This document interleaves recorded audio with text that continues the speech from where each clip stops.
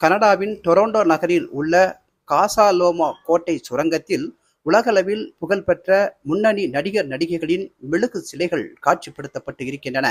அந்த சுரங்கத்தில் படமாக்கப்பட்ட சினிமாக்களில் நடித்தவர்களின் சிலைகள் இவ்வாறு அணிவகுக்கின்றன.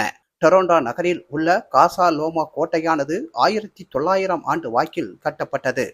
அப்போதைய செல்வ சீமானாக விளங்கிய ஹென்றி பெல்லட் இந்த கோட்டையை கட்டியிருக்கிறார். அவர்தான் டொரண்டோ நகருக்கு மின்சாரம் வழங்கியதன் மூலம் பெருமளவில் பணம் திரட்டியிருக்கிறார். அந்த பணத்தை கொண்டு இந்த கோட்டையை கட்டியதாக கூறப்படுகிறது. 5 ஏக்கர் பரப்பளவில் கட்டப்பட்ட இந்த கோட்டையானது சுமார் 100 அறைகளை கொண்டதாக திகழ்கிறது. இந்த கோட்டையின் அடியில் உள்ள சுரங்கத்தில் பயணிக்கும் போது பல்வேறு தகவல்களை நாம் பார்க்கவும் கேட்கவும் முடிகிறது. அதிலும் குறிப்பாக ஹென்ரியும் அவரது மனைவி மேரியும் பயணித்த குதிரை வண்டிகள், கார்கள், குதிரை லாயங்கள் ஆகியவையும் காட்சிப்படுத்தப்பட்டு இருக்கின்றன. பழங்கால விதவிதமான கார்களும் அணிவகுக்கின்றன. அவற்றில் மரத்தினால் செய்யப்பட்ட கார் சுற்றுலா பயணிகளை வெகுவாக கவர்கிறது.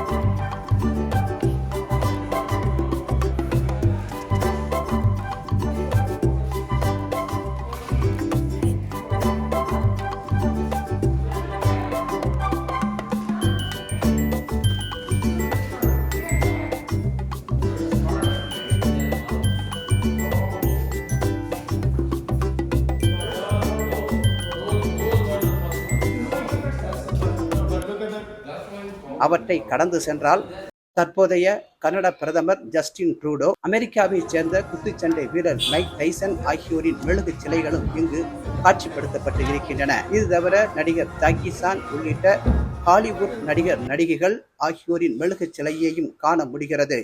இவர்கள் அனைவரும் சுரங்கத்தில் படமாக்கப்பட்ட சினிமாக்களில் நடித்தவர்கள்.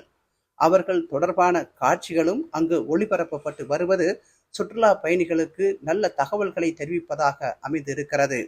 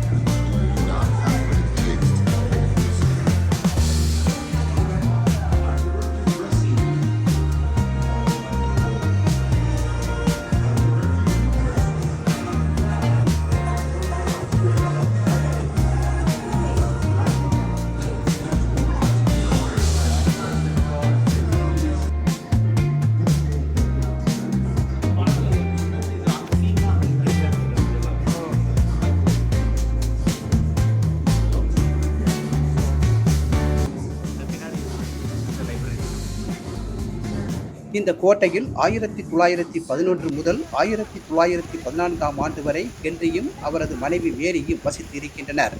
அதன் பின்னர் இந்த கோட்டை முறையாக பராமரிக்கப்படவில்லை.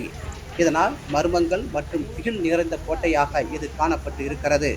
பல்வேறு ரகசிய செயல்கள் நடந்ததாகவும் கூறப்படுகிறது. அதோடு முறையான வரி செலுத்தாத காரணத்தால் 1937 ஆண்டு டொரண்டோ நகர் நிர்வாகத்தால் இந்த கோட்டை கையகப்படுத்தப்பட்டது. அதன் மூலம் சுற்றுலா தலமாக ஆக்கப்பட்டதோடு மட்டுமல்லாமல் அருங்காட்சியகமாகவும் திகழ்கிறது. கனடாவுக்கு சுற்றுலா செல்கிறவர்கள் டொரண்டோ நகரில் உள்ள இந்த கோட்டைக்கு சென்றால் ஒரு புதிய அனுபவமாக இருக்கும். இப்படிக்கு ராமசெல்வராஜ், கனடாவில் இருந்து.